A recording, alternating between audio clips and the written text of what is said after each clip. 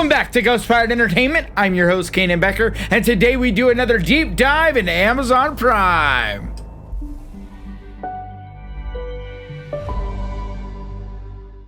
So for those of you not familiar with this channel, once a week I go searching through the popular streaming platforms and come up with 10 horror movies to recommend to you guys. This week I went searching through Amazon Prime and came up with 10 horror movies that I think you will enjoy. And with that, let's get to the list! And in the end, you only have one choice. Rise. Or die. So Hostile is a love story wrapped in an apocalyptic thriller. So it has creatures, it has gore, it has all that wasteland vibe all over it. So a survivor played by Brittany Ashworth finds herself stranded, stuck, trapped in the middle of this wasteland, and she has to fight to survive.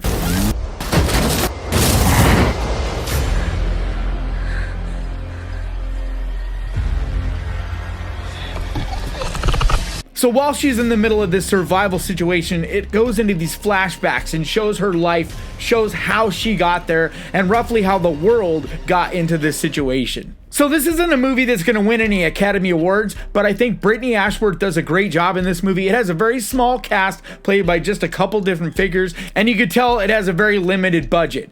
But I think for what they had to work with, I think they did a great job. There's some really interesting twists towards the end of this movie that really pay off in a really great way. There's just a lot of heart here, as well as an entertaining little story. This is one I think you should definitely add to your list.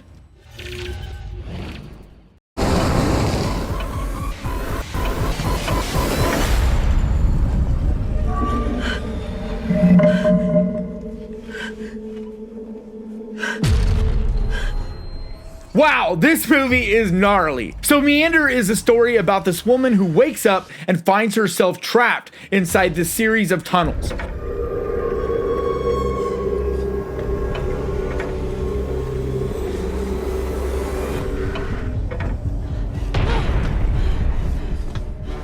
And she has to climb through these tunnels with all these wild traps. Kind of think Saw, but it definitely has its own unique flavor and flair to it, but it definitely has influences from movies like Saw as well as The Cube. It's a small movie and you could tell that they didn't have much of a budget. However, the set design as well as the special effects that were used for the traps as well as some creatures, I thought were extremely well done and I enjoyed them immensely. It's extremely well performed by Gaia Weiss because it's her performance that keeps you invested and keeps you intrigued in what's going to happen next, because she is pretty much the only actor on the screen for the vast majority of this movie. And you just find yourself really being invested in caring what happens to her next. So she has a lot of obstacles mentally as well as physically that she has to overcome in this movie, and she just does a great job of selling that. There's just so many mysteries and things that'll keep you guessing the entire time, as well as a lot of really creepy moments. I thoroughly enjoyed this movie, and I highly recommend it.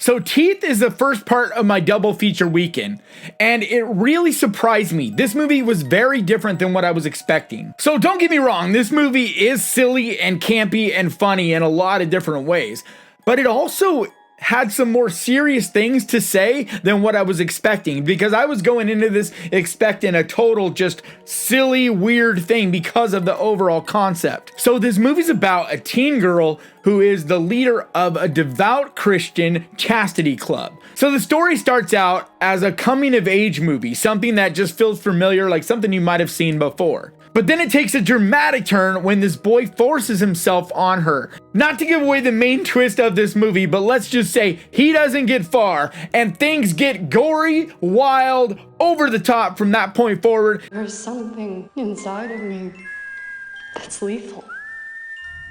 Dentata. What? It's Latin for teeth. It just becomes a very different movie and is, like I said, very, very funny, but it definitely has a message that it's trying to get across as well. There is so much body horror in this movie. If you're someone that has a weak stomach, be prepared because you're gonna definitely see some gore in this movie, especially in the doctor scene. It had me laughing so hard. But for any gore hounds and people that are into some twisted shit, I think this is a can't miss. And if you've never seen it, I think you definitely should check it out. You have to kill him? I'm not a murderer. You just killed somebody 5 minutes ago. Who knows? Maybe we'll end up being best friends. Come here. Come to daddy. Alright, so Come to Daddy is the second part of my double feature weekend, and it's because it has a lot of that same dark, twisted sense of humor that Teeth had. So it's about a man played by Elijah Wood who is going to visit his estranged father, who abandoned him and his mom when he was a baby. And he basically gets a letter from his father that says, hey, come and see me. And so the movie starts out with him basically knocking at his father's door. And right away, he realizes that his father is way different than what he was expecting. Very weird, like something's not quite right with this guy.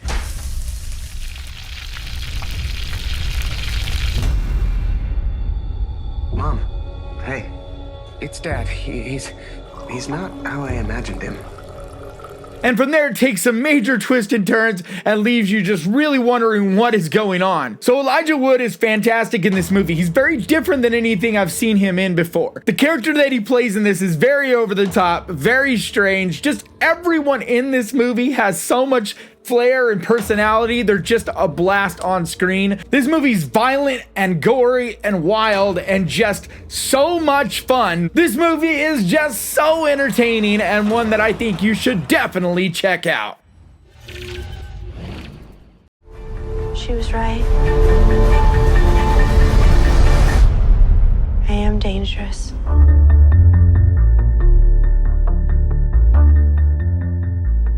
So Neon Demon is a sexy, demented, twisted little movie that I had a great time with. So it focuses on the high fashion world. It's about this young girl who is discovered by this famous photographer, and she just becomes the next big thing. Some girls crack under the pressure.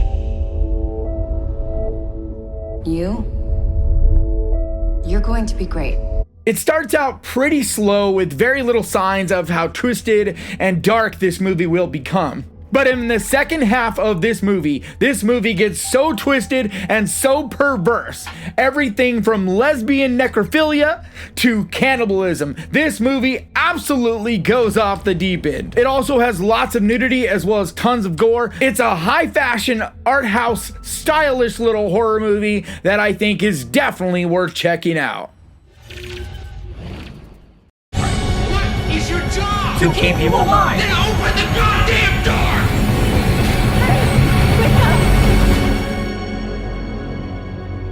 Should we get started? So Infinity Chamber is a very intelligent, very inventive type of sci-fi with horror elements kind of movie. It's about a man who wakes up in this futuristic cell, and the only thing in the cell with him is this artificial intelligence that's there in order to keep him alive, to keep him safe, fed, and that's about it. Pretty quickly on, he starts to have these very vivid dreams where it leaves you guessing on what's reality and what is the dream. Christopher Soren Kelly gives a fantastic performance in this movie, is very entertaining, as well as really pulls you in and gets you invested in this film. It's another really simple concept movie where it focuses mostly on just this one character and his story arc, and basically his journey on how to escape or even what he's doing in this cell and where he is. Good morning, Frank. I don't know what you think I've done or who you think I am, but it's a mistake. You can call me Howard. It'll leave you guessing the entire runtime, and it even has a very interesting ending that I would love to talk to some of you guys about on what your theories are on what you think happens or what the ending of this movie means. It's just such a mind-bending thrill ride with emotion and heart. It's a very entertaining movie that I think is definitely worth your time. Would you like to play a game? Wait! I don't want to be sick.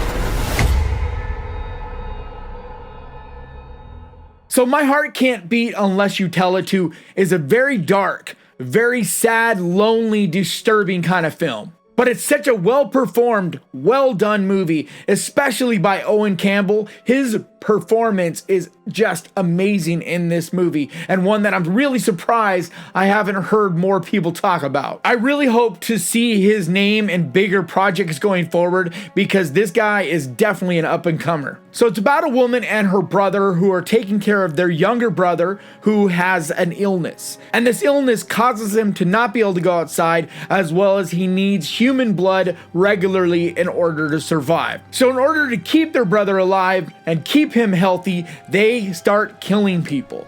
And they're killing the dredges of society, the prostitutes, the homeless, things like that. But it starts to really eat at their spirits and their souls, and they just can't keep doing this, even though they don't want to kill their brother. So it puts them in this really horrific, awful emotional state throughout the whole film. I don't think that I can keep doing this. He's our brother. He's sick. We shouldn't be doing the things that we're doing.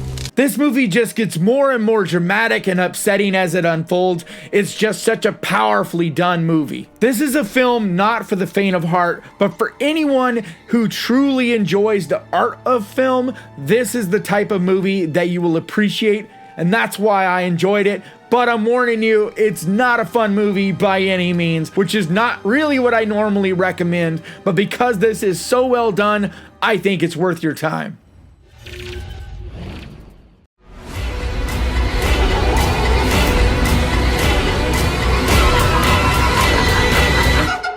That's nature.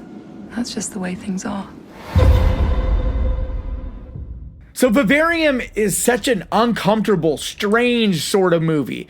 It feels awkward and just odd from the very, very first frame of this movie. Just everything from the performances in this movie to the costume design and set design, everything is meant to just feel strange and not quite right. So a young couple played by Jesse Eisenberg and Imogen Poots are looking for a home. They're first time home buyers, and they get talked into going to this housing development to check out these new homes that are being put in. And once they get there, pretty quickly on, they realize that they're stuck there, that they cannot leave. No matter how hard they try, they drive around the neighborhood, they just continually keep ending up back at the same spot over and over and over again. Wait, no, I don't think this is the right way. Yeah, this is the way we came in. No. Is it? Did we just do some kind of loop? Hello? This movie is maddening on so many levels. Just the overall concept of that just drives me crazy, even just to think about. So pretty quickly on, a box is delivered in front of them, and they open it up and there's a baby inside with a message that says, in order to escape, to be set free, you have to raise this baby. And from there, it just continues to get weirder and stranger as it goes. So even though this is an entertaining movie, it's so weird and taxing on you because it just feels so odd that I wouldn't necessarily say that it's a fun movie. There's just this sterile, weird vibe about this entire movie that is taxing, that just feels exhausting. Either way though, if you're into strange indie movies, I think this is a great one and one to definitely check out.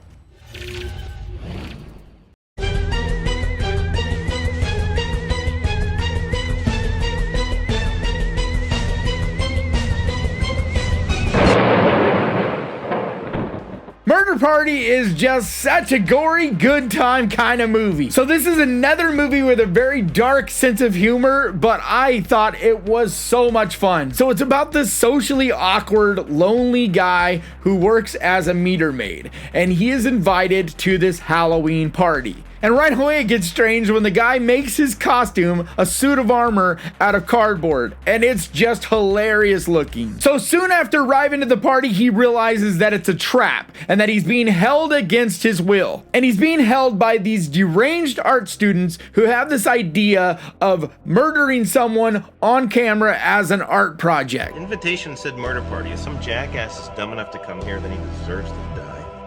And from there, it just becomes an absolutely bloody good time. Lots of blood, lots of violence, but it's all done in this quirky, almost slapstick, not quite, but almost slapstick kind of silly way. It's a very small indie film with a little known Canadian cast, but I think it's so worth a watch, especially if you're someone with a dark, twisted sense of humor. This is definitely a can't miss.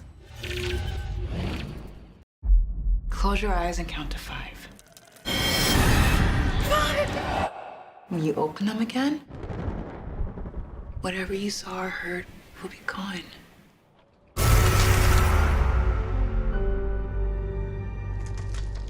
So Manor is the last film on this list, and this is a Blumhouse film that went straight to Amazon Prime for this past October season. For the last couple years, Blumhouse has released 4 movies during October for their Welcome to Blumhouse series. And even though this is a very small budget Blumhouse project, I think it's very well done. It's a haunting movie made very interesting by its mostly senior cast. I really enjoyed seeing seniors playing these characters that you very rarely see seniors getting to play. So it takes place in this old Victorian home that was converted into an old folks home. So it's about this woman played by legendary actress Barbara Hershey, and she is phenomenal in this film and really carries this movie like she always does. So her character is starting to slowly experience the beginning stages of Parkinson's disease. Not being able to distinguish between what's real and what's a dream, that's a sign of dementia. And so even though she's this very independent kind of woman who lives on her own, she feels for everyone's safety, and because her daughter really is pushing for it, to check herself into this home. And very quickly on, she starts to notice these really weird things going on around her, to the other seniors that live there, as well as to her. She starts to have these really intense dreams that she's not sure are even dreams at all. This movie just twists and turns from there. It has creature elements as well as spooky moments. This movie is a fun little gem that not enough people talk about. And is it an amazing game changer? Not necessarily, but if you're looking for something to just entertain you that's different, that you haven't seen before, I think this is definitely worth your time. Alright guys, that's going to do it for me today. Please leave your comments down below. Let me know if you have any recommendations on Amazon Prime, because that is always very helpful. Also, if you could do me a favor and hit that subscribe button and ding that little bell, because that is the best way to keep track of this channel. And when I post videos like this, and I post videos like this every single week, I also want to give a massive, huge, enormous thank you to my patrons, because you guys, yeah, your support seriously means so much to me. And if you would like to find out more about becoming a patron, the link is down in the description. And like always, thank you so much for watching. Please crush that like button. And remember guys, horror can be fun. I will see you guys next time.